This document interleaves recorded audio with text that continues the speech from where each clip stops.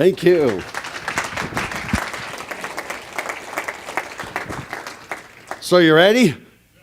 Yep. This is no holds barred. I'm warning you right now. We've been here since Monday, and before I even get started, I'd like Denise and Jane back there to stand up. Right there. They have been with me since Monday, and we've been secret shopping you since then. And so we're going to tell you our experience in what we're doing. What we call this week is an assessment, and we've been lucky enough to assess 1,500 communities in 45 states across Canada, Western Europe. And so when we do this, we have several of our team members look at marketing effectiveness. Was it easy to find stuff on Sioux City? Was it good enough to close the sale? How did you stack up to other cities? And in your case, we have 3 states we're looking at. Then was it convenient to get information? But what you're going to see today, and we did do that assessment, but what you're going to see today is the on-site assessment. And we got here on Monday. I had driven through Sioux City once before, but this time we came up from Omaha. So we flew into Omaha, drove north, and then came here. And you're going to see what we saw about signage, gateways, overall appeal, critical mass. I'll explain that. Parking, restrooms. I mean, how are your things to see and do, customer service? And as a matter of fact, we went through a list of about 65 things, and I'm going to go through all of them with you today. Kidding. And so this is kind of fun. And what you're going to see are suggestions. There are no recommendations in this because we would not take any information from anybody at the city, hotels, otherwise. We said, let us come in, and we wore 3 hats. If I was a site selector looking for a place to put industry, what did I think of Sioux City? And then number 2, we wore the hat of somebody that's looking for a place to raise a family. And the third hat is as a visitor, a leisure visitor coming in to check out the area. So we wore those 3 hats. And we got no information in advance. You know, we would call, get visitor information stuff, but we didn't say, explain the freeway construction, nothing. Even where we stayed, where we ate, nothing. We were on our own. So you may see some things here that you may say, but Roger, we're already working on it. Great, we didn't know that. But you know what? If you see it and you say, we're already working on it, then you've just been validated. Here's the other thing. I am fairly critical. Sometimes I could say things you'd like to say, but can't without paying a political price. But the other thing is we don't know how it was before. So you said, well, Roger, you were pretty critical of that, but you know, it's a whole lot better than it used to be. Remember, first time. Okay, so did I set the stage okay for you? So here we go. We came in on Monday, and we got here early afternoon. And so on our way up, the first thing we did is we saw one of the rest areas, and so we thought we'd stop there and get information. And we believe that freeway rest stops should be information centers. So we did pull off, we did go there, and we did see these boards here, and of course they're for different areas around the state. And we did see one for downtown right here on the very far right. There's Iowa and Orange City and Lamar's. We have all of these different places there. But you know, our first suggestion is, we can look at this, look at the pictures, and by the way, it was hard for us to even see Sioux City on there, but there's nothing we could take with us. Have you ever gone somewhere, seen these kinds of panels and said, honey, could you go back to the car and grab a clipboard so we could write down some of this stuff? And so you should add brochure distribution, even if it's just something you put there, a little, you know, those little holders you see, and then you drop a little brochure. Because, you know, when we're in the car, we have something now we can look at, or when we check into a hotel. So that would be great. And of course, you have to work with IDOT on that. But then the other thing is maybe as a city you adopt, remember, these are just suggestions.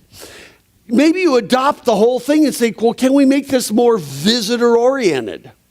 So for instance, could you put visitor information inside? I mean, we've got state maps, But even here, see the little kiosk over there? This right here, you've got your mouse button, or you got a scrolling mouse here, a little button here, and a screen here, and it was like vintage 1985. As a matter of fact, I tried to use it, and the pages load so slow, we finally get up. We couldn't get one page to load. Here's the other problem with electronics. If I'm using that, and if I could get it to work, only one person at a time can use it. Are you going to wait in line? When it comes to visitor information, this is the one time when the old-fashioned give me a brochure rack is more beneficial. So here we are at the rest stop trying to get information on Sioux City, and we can't. So we decided, maybe we could, if somehow, work with them to add brochure holders even outside the building. I love this one in North Platte, Nebraska. And what they did is they had a local craftsperson make this. There it is right there. And it's really cool because they can put the state guide, they can put their local guide, and so they crafted this to hold 3 different brochures. Cost them $300. It has a little cover on it so it stays out of the weather.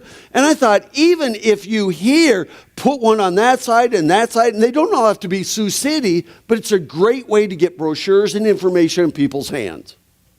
And so that was our first experience. So we do know you have a downtown because we did see that one panel. So we kept driving north, and then this is our very first introduction to Sioux City, is that water tower. And by the way, even the second you say Sioux City, we start judging the book by the cover. And so, you ought to do what we did down in Mount Vernon, Illinois, where once they did their branding, they actually took their water towers and turned them into that. So that the water tower is a reflection of whatever your brand is. And that's something for Sioux City we're trying to figure out. What do you want to be known for? And so that's the thing, the power of first impression. So another suggestion for you. So we're coming up the freeway. We see Lewis and Clark Stadium. And I don't think we ever found that. I don't know where that is. And then I do see Sergeant Floyd Monument. We have no clue who Sergeant Floyd is. Remember, we're visitors. And by the way, I've worked pretty much the Lewis and Clark Trail. And, then we see, okay, here's South Sioux City. We have 129, 20, 75, and then you go east, north, west, south. It's like,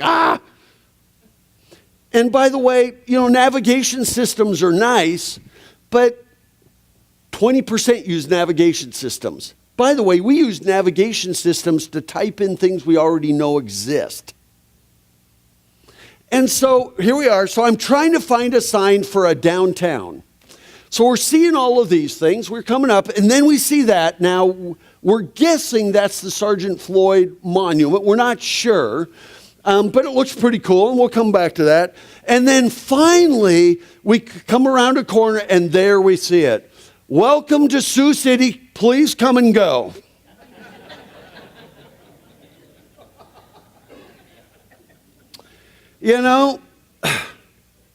And by the way, judge the book by the cover.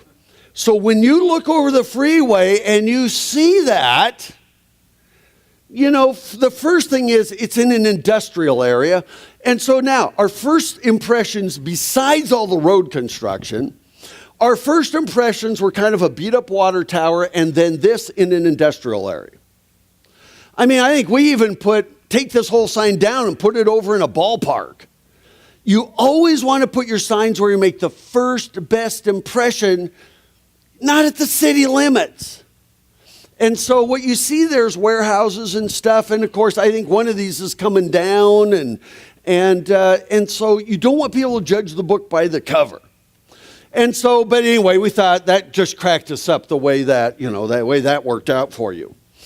And so you keep driving. Now we see Casino, Tyson Event Center, and we still don't see anything that says there's a downtown, but we see Nebraska on here, so we think, okay, we better get off now, quick. And so we did. We took the exit, but once you get down the exit, good luck finding anything. And so, where the heck is downtown? I mean, we don't know where anything is. And I got to tell you that our biggest frustration in Sioux City, having worked in 1,500 places, I don't think we've ever been anywhere that was so convoluted in trying to find anything. It's not like you're on a grid pattern with all these rivers and stuff. And by the way, in your area, Highway 20 does not exactly go in a straight line. It's more like a U shape, I think.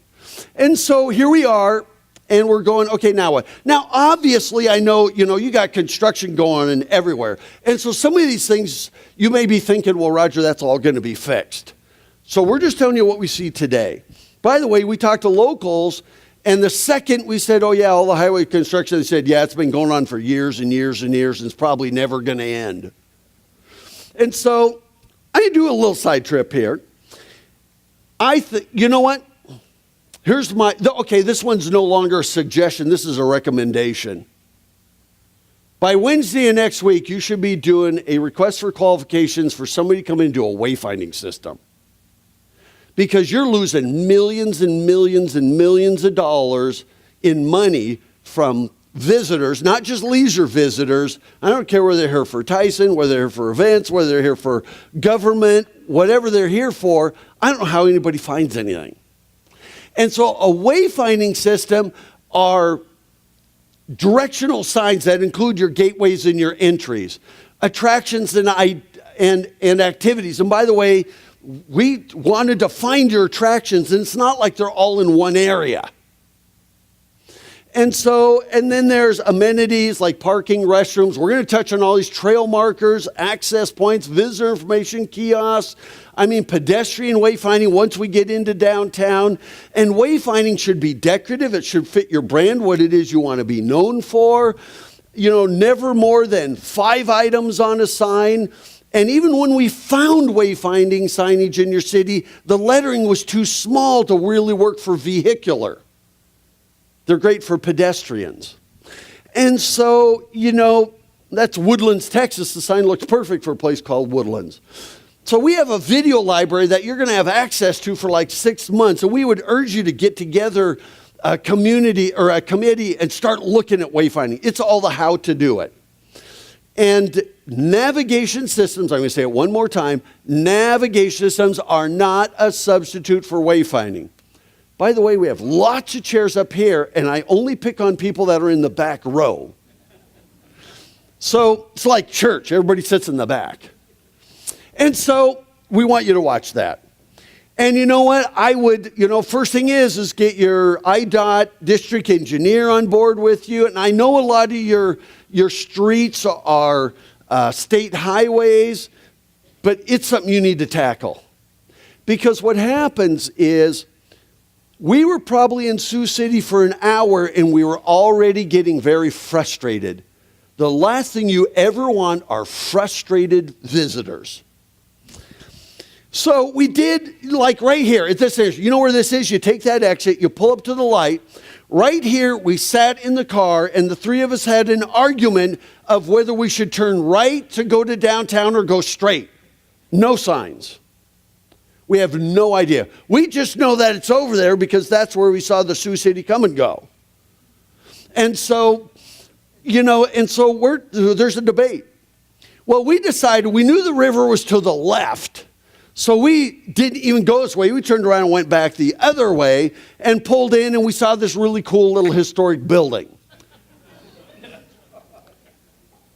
Well, we don't know what it is. Maybe it's a pump house or something. But we thought, well, if it has any historical significance, we could add a sign to it. And then we did see this from the hair salon from the freeway, Bev's Hair Salon there. And of course, you really can't make out the logo. And by the way, just for all you in business, on your logos and on your signs, never use script writing and never use outline text. It's too hard to read unless you're standing right in front of it. So these are just suggestions for local businesses. We didn't know that was flowing hair. We didn't know what it was. From the freeway and from a distance, it's kind of a blob. But when we saw Bev's on the river, we thought, oh, that must be an ice skating rink. By the way, when we did our secret shopping, we were going to, see, this is why we have to leave town really quick when we're done. So, because nobody is spared. And so, what was interesting is we were going to stay in another hotel, but the second we saw the Hilton Garden Inn, I called my assistant and said, Becky, why don't you change this? And the reason is we wanted to be close to where your downtown core area is, not where all the commercial, big box retailers we can get at home are, right? People like staying in the core area. And so we did stay there. They were terrific all week. And but Denise, who's working with us back there, is from Saskatchewan. And of course, she thought that Bev's was not a hair salon, it's an ice rink. But there is nothing anywhere that says what this is. So here's our suggestion. If you had a sign that said Bev's Riverfront Patio Dining, we would want to eat there. We would know instantly what it is. And boy, it's on the river. So if they just made a simple sign that just said Bev's Riverfront Patio Dining, because we ate there last night, it's fabulous. And so, but that's how, it's such low-hanging fruit. You could fix some of these things like that. That way we know what it is. So we're there, we're scouting the area around. You know, now we've been in Sioux City for all of about 15 minutes so far. And then we see this over here. And by the way, I don't know where this place is.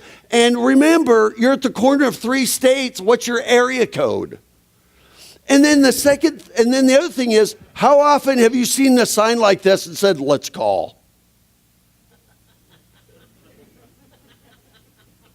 So we have a sign there. We have no idea what that is, where it is, nothing. But I did see some interesting looking palm trees here in Iowa, right here, and right there. And by the way, we live in Phoenix. Our palm trees look a little different. And so we thought, I wonder what that is. And I see no minors after 9 p.m. I'm going, what the heck? No minors allowed on the waterfront. So I walked over to it, and then I could see the skull and crossbones, and then I put 2 and 2 together. Now, here's our next problem, is the gate's locked, and I don't know when or if this place is ever open. Here's our assumption. It's been out of business. Am I right or wrong? I'm wrong. When is it open? Anybody? Spring? It is spring. What, Memorial Day to Labor Day? I mean, I don't know. But see, here's the deal, and you wonder why businesses struggle. So remember, I'm not just picking on the city, I'm picking on businesses here. There's nothing there that says open Memorial Day to Labor Day every year, and that it's a bar. I'm assuming it's a bar, because it says no minors after 9 p.m. But there's nothing that tells you, I know they do takeout, so they must do bar and takeout bar food, like wings and stuff. Are we guessing right? But see, now here's the deal. Visitors would look at that sign that we just saw for maybe 4 seconds. That's the average time somebody looks at a sign, 4 seconds. We're doing an assessment, so we dig further. Then we go down here and we see this, but here it doesn't say, and I do imagine this is the Jolly Roger or whatever, right? Yeah. Okay, but we didn't know that. And so if you go back to that sign, if you just add an arrow and maybe take out the phone number and put Jolly Roger's Bar and Grill, now we know what it is, and then just say open May through September, now you've given us a reason to come back. Okay? So really easy. Then you do have a marina here. And I got a question. In this marina, and of course, I know you're just really coming into Iowa spring. There's no boats down there yet. Out of this marina, are there boat rentals ever? Anybody know? Can you rent boats? No? Are there fishing tours? Anything out of there? It's just a private marina? Okay. In that case, fine. No problem. But we didn't know. We did see this. It says River Museum, and we thought, okay, that's cool. It's got a nice sign there, and so we drove over to that, and we did see the boat here, the Sergeant Floyd, And so, one of our challenges, the first thing we noticed about the Sergeant Floyd is that it looks pretty dilapidated. Rust, paint falling off of it. Now remember, we've been in Sioux City for about 45 minutes, and we're starting to really judge you. And so, I just kind of like, so you see all of this, we got mold and I'm going, oh my gosh, this is their visitor, this is a museum. It does have really good interpretive displays, and which we thought was great. We know that this was an Army Corps vehicle, and it also went around, and, I'm trying to find a really great story to it. But, this was an Army Corps engineer, and they did try to follow some of the Lewis and Clark Trail. I went, that's it? And so sometimes you need to tell more of the story, like the captain that piloted it or whatever. And so, but Jane and Denise went inside, got lots of visitor information. And by the way, the ladies inside were excellent. And we always test visitor information people because we'll ask questions. The number one question asked the visitors, where's a good place to eat? And sometimes we'll go into visitor information and say, well, I can't mention one particular restaurant. You know what I mean? Which means go away and use your phone. Yelp, TripAdvisor. And so, but the ladies were great. They said, well, what are you interested in? And here's where we recommend. And we went, thank you, because now it's about the customer. So they passed our test. We did see history of the Lewis and Clark, and which is great. And so that was well done too. And then while we were there, we did look at this, and we saw this over there, and it looks absolutely fabulous. But we're trying to map out the area. So we said we're going to come back to this later.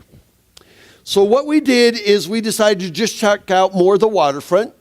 We did find this, but we weren't too sure what this was. I guess there was a flight here, something happened to it, and Sioux City people were part of the rescuers. Where's the story? You got to tell the story. So, okay, it's a memorial, and so that lasted about 5 minutes. And then we saw this. We're not too sure what it is. It looks really terrific, and it's a great thing to see from the freeway. So we went over to it, started walking around, and once you start getting close to it, you start seeing that somebody spent a lot of time, a lot of money putting this in, and then after that just said, let it go. Nobody cares. That's the impression. And so you see, weeds growing up, unturned bricks, lots of trip hazards. And we just thought it was really sad. And so and maybe this is all going to be part of the waterfront redevelopment. Remember, we don't know that. We don't know what's going on. And so, nice pavilion. I would call this a pavilion. The sloped area, I came from the concert industry, and I was really confused of why the stage would be up here and this audience would be sitting downhill from the stage rather than uphill from the stage, and why the audience would be looking into the sun. And so we couldn't figure out quite what this was, whether it was an amphitheater or we couldn't quite figure it out, because you got that circle down there, and then you've got this up here, and some of it's covered, some of it's not. Maybe, and by the way, it looks like you have some things, and we hope that, and by the way, we're here in beginning of April, and this is probably spectacular in the summer, right? Gardens and everything, garden clubs and stuff. Okay. So when we were walking around trying to figure out what it was, then we came to the sign that said it's a dance pavilion. But we still didn't know how it worked. And by the way, is this ever used?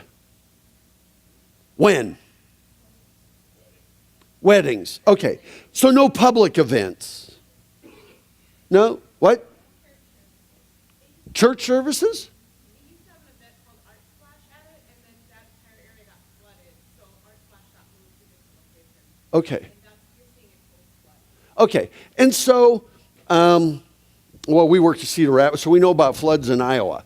So it's so on that. My point is, if this is ever used for public events, put up a sign that says, by the way, every Memorial Day we do such and such. See what I mean?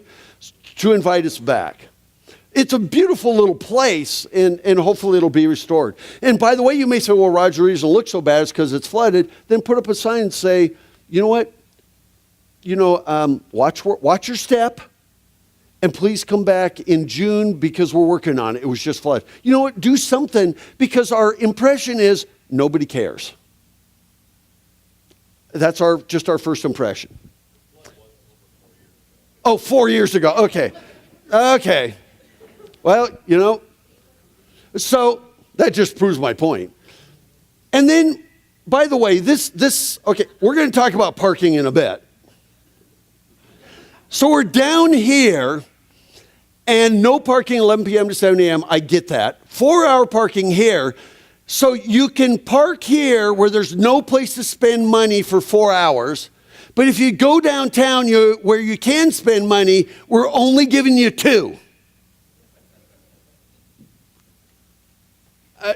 How's that working for you? And so, go figure. So, we're driving around, and you know what? There's just construction, massive construction. So what's happening down here? What's this going to be like? What is this? Anybody know? Is it going to be a park? Is it going to be more restaurants? What's it going to be? It's going to be a park. Are there any architectural drawings of what this park is going to look like when it's done? Well, so you're just digging it all up and then you're going to figure out what it's going to look like later? The interstate construction has dug that entire area up to build that on-off ramp. There is a park for kids to see in the background, but what used to be there in the centerpiece was a riverboat casino. Yes. By the way, the riverboat casino is in a lot of your marketing materials today. So you see where I'm coming from as a visitor? We couldn't find the riverboat casino either. Where is it? In Mississippi now or somewhere? Okay. And so here's what you should do. Because we found this later in a different area. When you put up anything, just a 4x8 sheet of plywood, you could do stuff like this. And by the way, I just grabbed this one. If you did a 4x, and this isn't you, I just grabbed a rendering.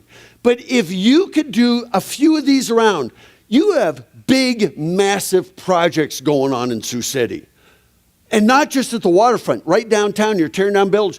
If you start putting up a series of these around, number one, as a site selector, I go, oh my gosh, this city's really on the move. Look at all that's going on. I don't even know that an on-ramp or an off-ramp is going there. All I know is the place is torn up. There's nothing that says so if you could put a series of these in downtown, on the waterfront, all these places, number one, you're creating an invitation for us to come back. And you're showing us that this town we are going for the gusto. But all we see now is a mess. And so for fairly low cost, you could do these and put them out there. You see them on fences sometimes where there's construction projects. Because what we see is this. And remember, we have not even been across the freeway yet. And so we have no idea what all this is. I'm sure this is all part of the freeway, but now we're on the riverfront. We have no clue. So we have no clue whether, this whole freeway reconstruction just started or we're doing the last stretch. No clue. Okay? So how many are going, oh my gosh, are we getting beat up or what? So we decided we're going to go downtown. So we looked at the waterfront. By the way, tremendous potential there. Just really, and it's really a beautiful waterfront in spite of the construction. So we go right up here. We see this, and we thought, even right here, we're not sure. We know we have to go up to the next light, but somewhere there must be a downtown.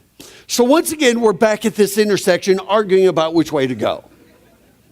Because you can't just put in your navigation system downtown. You have to put streets or places.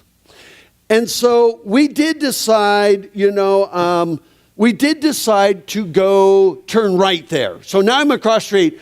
And by the way, the roads are not this bad. It's me holding a camera, taking a video while I'm driving. Actually, some of your roads are worse than this. And so now, if you have a visitor that's coming into Sioux City, I want you to look at it through our eyes, if you can, without getting seasick. And so I see warehouses. And by the way, this may even all be changing because we can see construction. But we're not sure what's changing where. And right about now, I'm going, okay, this is not taking us into any kind of a downtown. I mean, we're out here, we're seeing chain link fence off to the left with barbed wire. We see houses on the cliff that look like they're about ready to come down the cliff. We go by a humane society. We see some commercial here, and this is probably all going to change. We realize that, but we don't know what. And does this look like you're coming into a downtown? So I'm thinking we probably should have gone straight up that way, but let's just keep going down here. We have no idea where it leads, but let's just keep going down the road, so we'll do this. And my arm's getting really tired now because my camera weighs about 20 pounds. And so we're coming down here and, we see, okay, now we see some commercial buildings and we must be getting close to something. At least we're in a commercial area. And then we see a big, huge building right in front of us. We have no idea what it is. We did see something from the freeway. And so now we're coming up here. We see a Jersey Boy trailer on the right. We see parking lots on the left, parking lots on the right. And now we're coming up a stop sign. I still have no clue where downtown is. There's no wayfinding signage, nothing. Now we can assume that it's left because if we go right, we're back on the freeway. And we have no idea what this building is, but boy, there ought to be a sign on that building that says downtown left or what the name of the building is. And so that would be really cool. When we were driving down there, we did see the Hard Rock, and I got to tell you, that was fabulous. I mean, when you see that from the freeway, it's like, wow, that is really cool. They did a great job there. So, one thing we would suggest is maybe add some signage. We believe this is the Tyson Center, right? So you might put, the Tyson, you might put even, I thought, man, could you put some murals like this in those squares? If I go back to this, I thought it'd be cool to do some art. You've got such cultural depth here. Show us. So far, we haven't seen it. And so we thought if you could do that on that one, and that one, and put the Tyson Center there, at least now we have some bearing. And by the way, we love this, which is just when we do turn left. So now that we've gone through all of this, we did turn left, and oh my gosh, there's a wayfinding sign. The text is a little bit small, but when you get out of your car, you can read it from a distance. And so we see Orpheum. We see there's a museum, a bus terminal. I don't think we ever did find the bus terminal. Historic Fort District, Government District. So now we see this, and we see a downtown. And so we were like, yes, wayfinding. Your wayfinding is supposed to help us get there, not just tell us where things are once we're already there. And that's why you need to expand your system. And by the way, your signs the font needs to be probably twice the size. And by the way, when you do wayfinding, upper and lowercase. And never use condensed lettering. So there's some rules of wayfinding that you might want to redo those down the road. Because they work great if you're a pedestrian. By the way, 1-inch tall letters for every 30 feet of viewing distance. And those letters are about 2 inches tall, which means you can read them from about 3 car lengths away. That doesn't give us enough, we call it a decision point. We have a guy that's all he does. And so that was challenging. But at least you had something, and so that was great. We did see this building, United Center, and our assumption this is just a regular office building. Did we assume correctly? What is it? It's what? Mixed use. Oh, it's mixed use. What's in there? Oh, okay. But it's private, so it's not for the public to be concerned about. Okay, so good. So great building, by the way. And so then we did find 4th Street. It's beautiful. The architecture is amazing, and we're going to get to 4th Street in a minute. And so, it's Monday, and we had been looking around, and now it's about time for dinner. So we thought, okay, we'll just eat while we're downtown on Monday. And thank goodness there was one restaurant open. That one, Soho. So we did eat there on Monday, and it was good. And what was really cool was our waitress or wait person was Haley. She came over to our table, and we asked her, said, so are you from Sioux City? She goes, yes. And I said, so we're new here, and, what is there things we do? And she goes, well, and I think she said she was 21. She said, I'm a history buff. Right there about dropped my iced tea. Because how many 21-year-olds are history buffs? And she works over at the museum. So she told us you got to go to the museum. She gave us a list of things to do. I mean, usually when you come in a city and ask your frontline person that's young and you ask them, what does there do here? What do they say? Nothing. She didn't.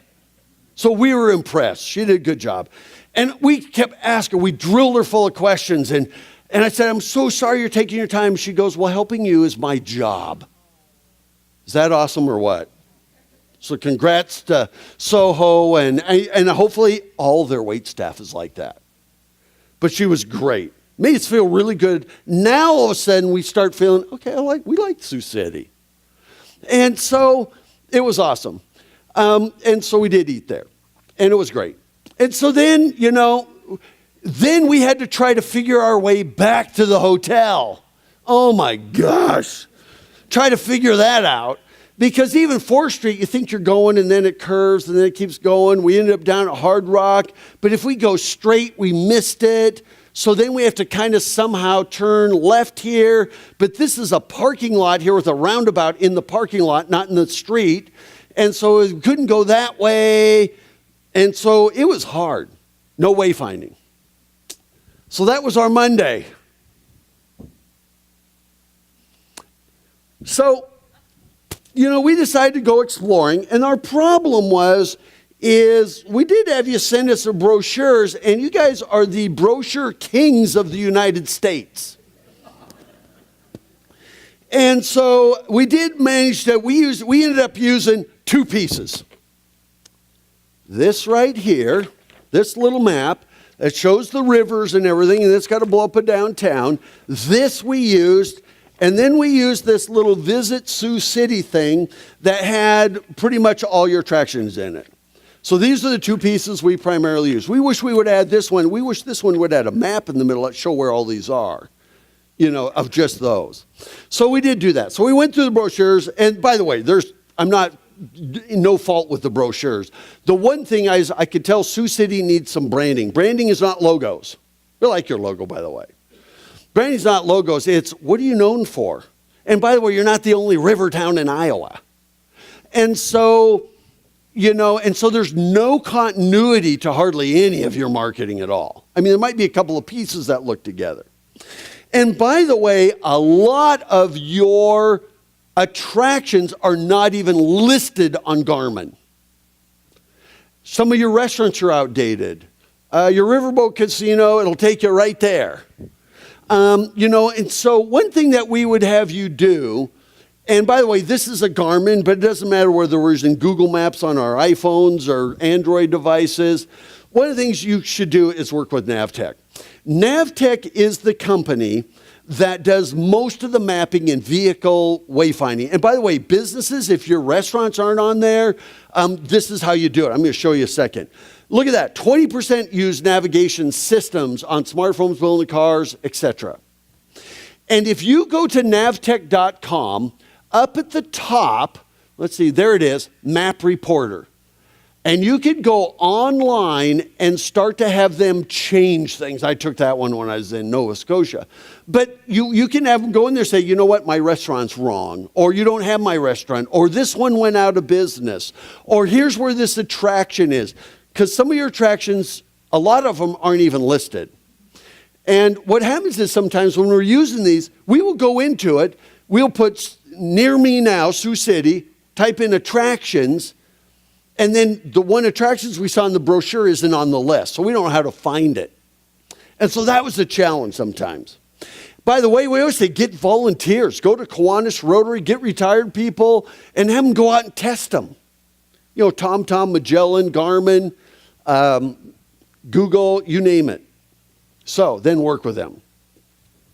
Because in the brochures, we were given this one here, which, by the way, is a great way to cause traffic accidents. because Jane is there trying to open it up, and it's so enormous that you can't really use it while you're driving. And the paper's so thick that once we fold it once or twice, it started tearing. And so you had that brochure there. And by the way, that's Jane there trying to hold it out. I couldn't even take a picture without stopping the car, getting outside. And poor Denise in the back seat is going, I can't see a damn thing. And so that's why we end up using a small brochure. And so we did go out and start looking around. So somebody said something about going and seeing War Eagle.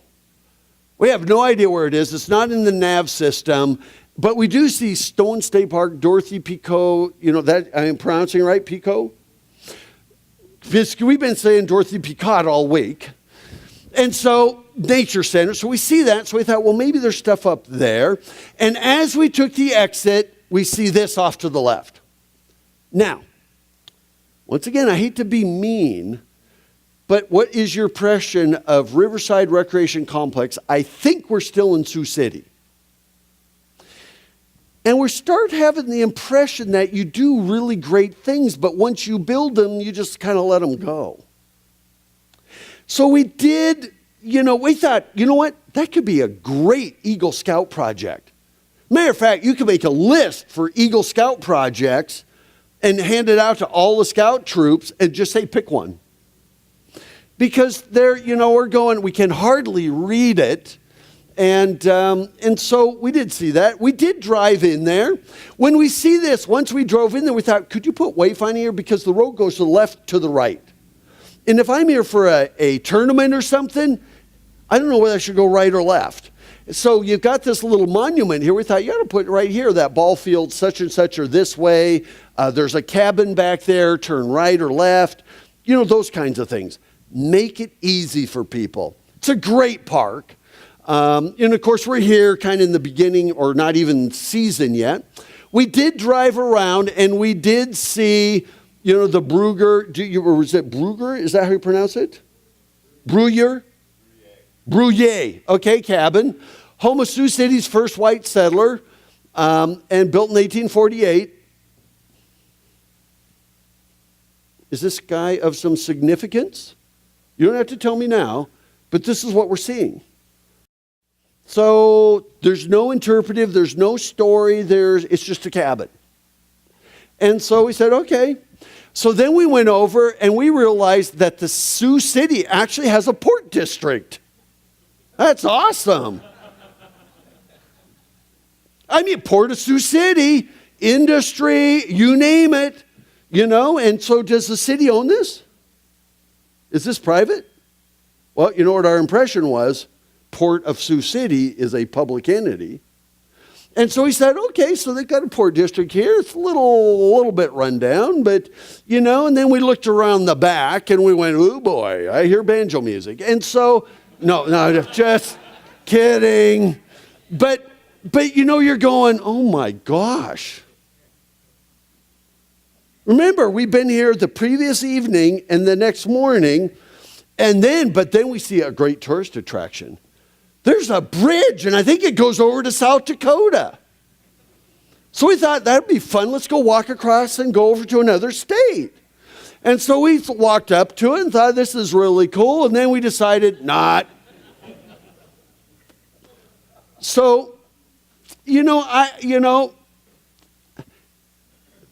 what would be your first impression of Sioux City after this? We build big things and then we don't care. We don't take care of them. And I know that's not true, but it is the impression you would get.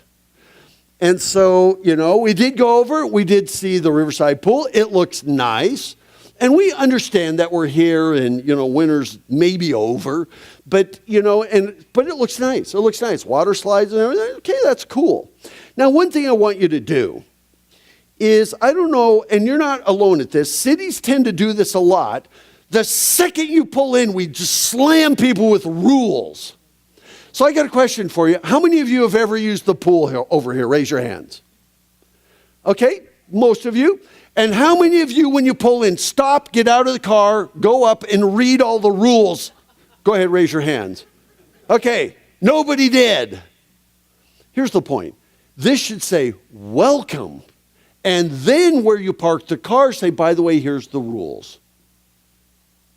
See, and so that's what you need to do. We're all about, it's okay to have rules, but to, put it right there. You pull in, stop, get out of your car, go read the sign, then get in your car, and people behind you can't get in. That's not the way to do it. So we drove around the park, looked fabulous, and then we saw this sign over in another entrance. We said, oh my gosh, make one of those and replace the first one. Because I think it's all the same park, right? Yeah. So just do another one of those. And by the way, somebody's probably going to tell me we're already working on it. Fantastic, you've been validated. And so we're driving around. We're really trying to find, remember, we're on our way to War Eagle. So we pull off here, and once again, we get hit with a whole ton of rules. And then we had to say, okay, we got to stop, get out of the car, and figure out, to go see him, do we need to have reservations? And cleanup required, prohibited activities, got a whole list here. And so once again, where does it say, welcome? And so we drove in. It looks like they just put down gravel or whatever there and to regrade the roads. We saw this and there's some gates that are kind of open and, we weren't sure about the parking there. And then we did go up and we did see War Eagle right there. And at first I was going, oh my gosh, they have an incredible Indian chief holding an AK-47. Well, look at it. It's got the tripods. There's no peace pipe in his mouth. So I see the sights up here and, and so, and I don't want to make fun of the artists because I know they mean really well. But I got to tell you, from a distance, we finally figured it out. I may seem kind of stupid doing all this stuff, but anyway, I thought it was really a cool tribute. And by the way, once we got past the AK-47, once there were interpretive displays. I think were there interpretive displays? Yeah, there were interpretive displays there that explained about what's the guy's name? Bruyere explained that he married two of the chief's daughters. Now we're starting to get the story. See what I mean? So now it's starting to come full circle. So the displays here we thought were really great. But you know what the best thing is that the views from here are fabulous. Now wait, and I'm not being facetious. However, if you could kind of clean up on the outside of the fence and then do a display, because I don't know whether this is the Missouri here and this is I don't know which river this is, if this is the Floyd River, because I think you also have a third river here too, don't you? This is the Big Sioux right here? Is this the Missouri back here? Okay. See, we don't know. So I thought it'd be cool if you did a little map just there mounted on the fence.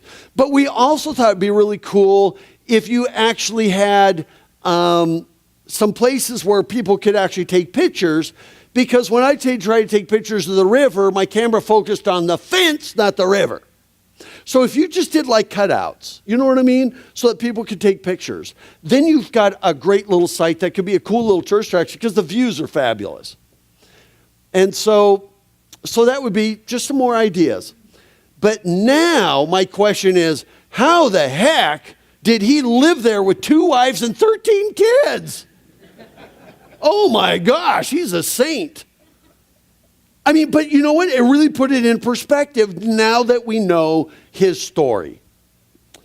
And so while we were in the area, we did see the community theater. It looks a little bit tired. And our whole thing was, oh my gosh, I wish we could get them into downtown, kind of into a cultural center. I don't know. And by the way, it looks like World goes round April 7th to 24th. So they're doing productions there. I hope that's this year. And so it looks like a great little place. I just wish they could be more, in the heart of your downtown district somehow. But it looked like a great little addition to the community that we would have never found had we not been heading out to War Eagle. So we headed up the street a little bit further, and we do come to the Railroad Museum. Now, how many of you can tell me what hours it's open? Yeah. As a matter of fact, You can't tell how many hours it's open. When you turn left there, get out of your car and walk up to the sign. And so we thought, okay, here's what they should do. Here's a really easy suggestion. This could be fixed. See that? Now what? Watch. Go from that. Boom. That's an invitation. Come on in. And so we did go down there. Now, we were a little bit confused because there's a brochure that called this the Milwaukee Railroad Shops Historic District, and we were trying to find all the shops, you know, antiques, bakery, all those cool little shops. We weren't thinking that, oh, no, we're talking about railroad repair shops. See, we're expecting a shopping district. So, you know, I think this is it. Is that right? And so is this the district or is this a museum? Okay. By now we're going, you know, I think Sioux City has a lot of fun with their visitors. Our goal is to confuse the hell out of them. And so, but we thought it looks really cool. Great trains, love it. We've got the hours right there. You know, I always get concerned when I see barbed wire fences a lot. And so right here, and by the way, all visitors, including photographers, must pay $5. So I guess there must have been some confusion before that. Photographers aren't visitors, and they thought they could get in for free. So it looks like a great place. And it got some great trains there, great cars there.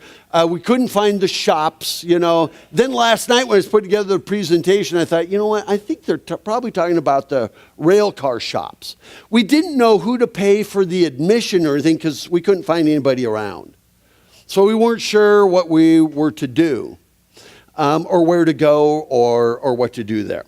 But it looks great. And so, you know, at this point, most of your church tractors are a little bit iffy. And so we're a little bit worried. But then we went up the street and we saw this. And I went, okay. Now, on signs like this, I want all of your organizations to do this.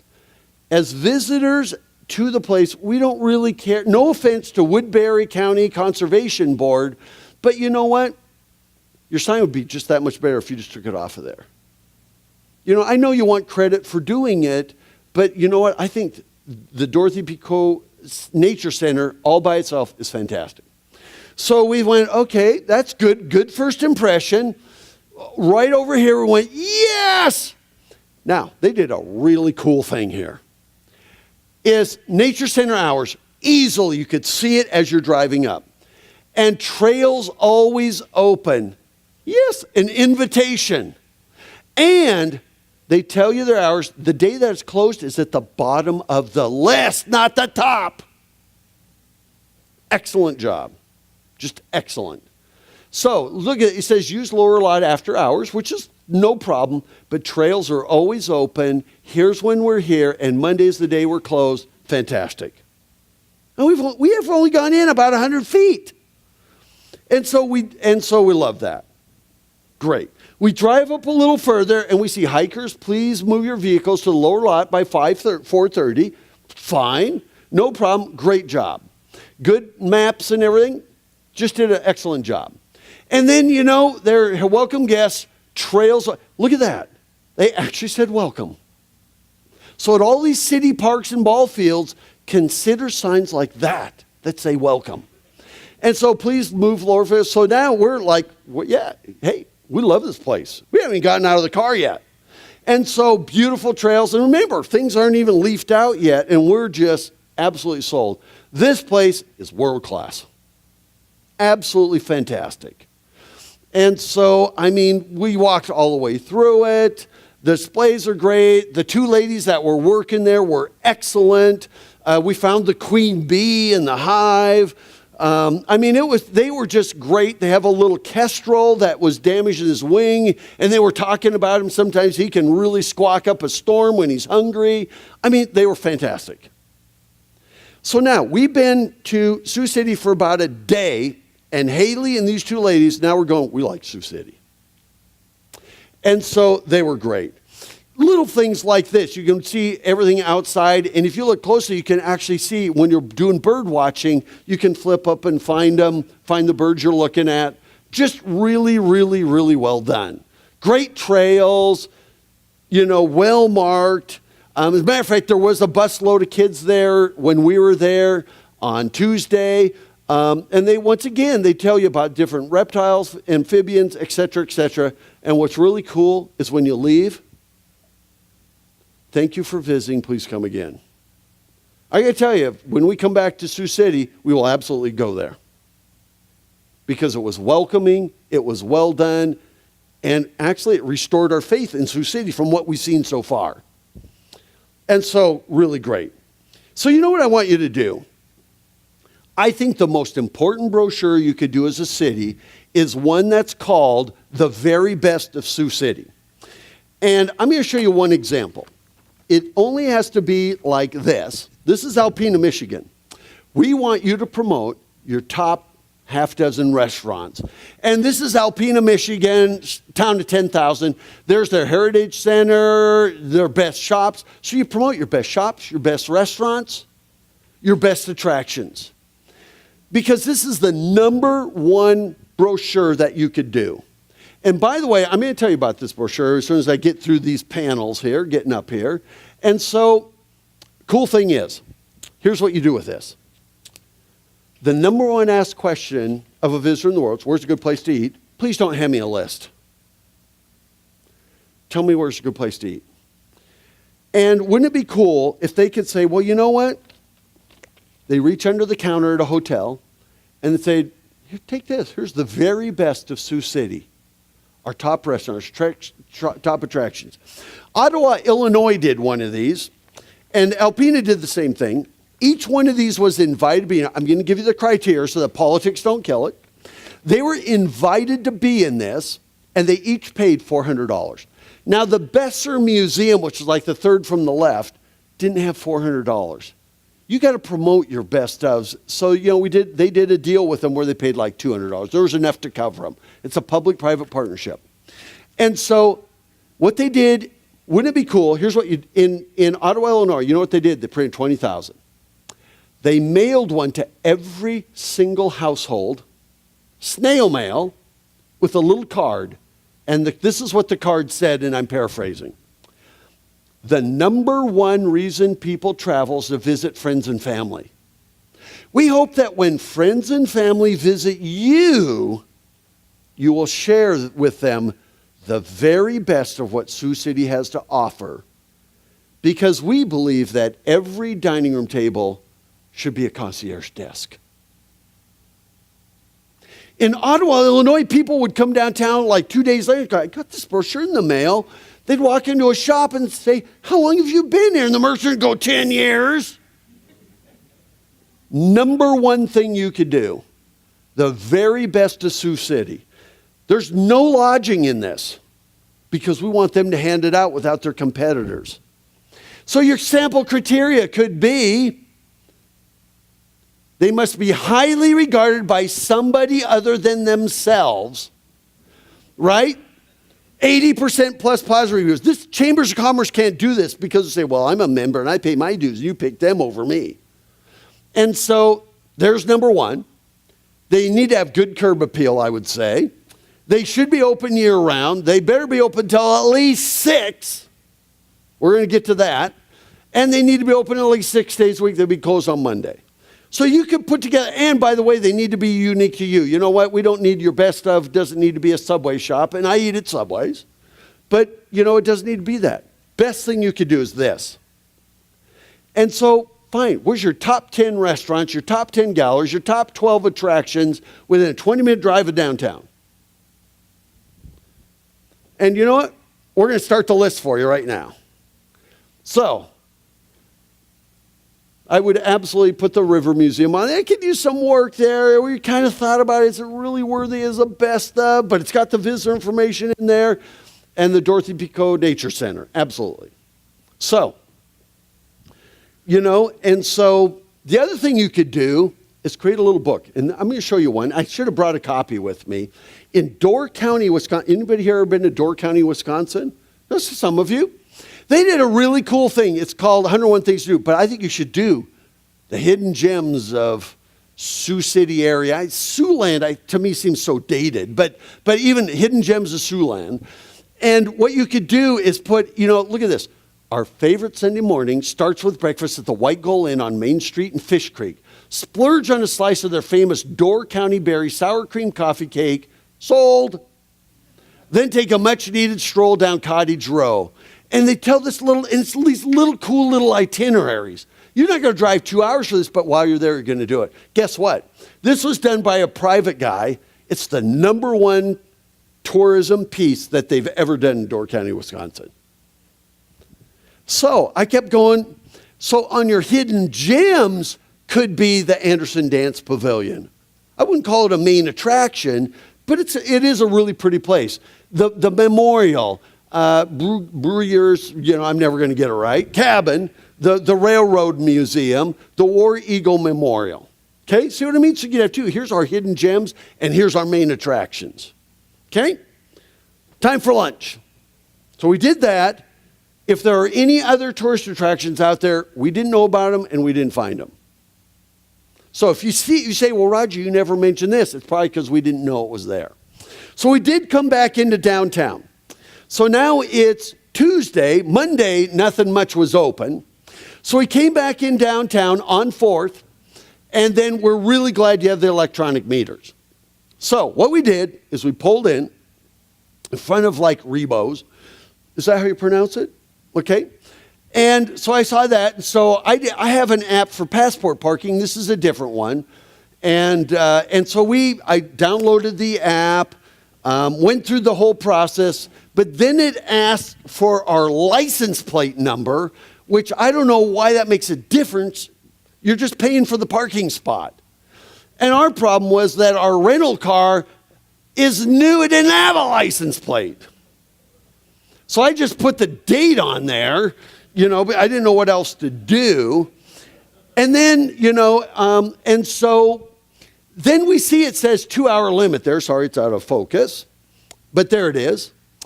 So I thought, man. So I did it. So we got it all set up. I put in 3 hours. Let me park there for 3 hours. So it says 2 hours, but I said, well, I'm going to pay for 3. I hope they don't give me a ticket if I go past 2 hours. Not too sure. So what we did, so once we did that, we're really glad you did that because we did not have enough quarters. And so that was really awesome, other than the fact that 2-hour thing was kind of confusing, and I don't know why you need a license plate. And so we started walking around. So now it's Tuesday and nothing's open, except for Soho. We already ate there. So we're walking down the street. I walk 1 block and I find out we could have parked for free. Now we're starting to feel ripped off. So your parking, is it free or not? You can't say, well, if you park here, you're going to pay, but you can park a block away and it's free. You need to have some consistency because now it's like, oh, great, we just paid for 3-hour parking. Nothing's open. And we could have parked for free by just driving a block down the street. And so, so we did walk up and down 4th, and we're looking for places to eat.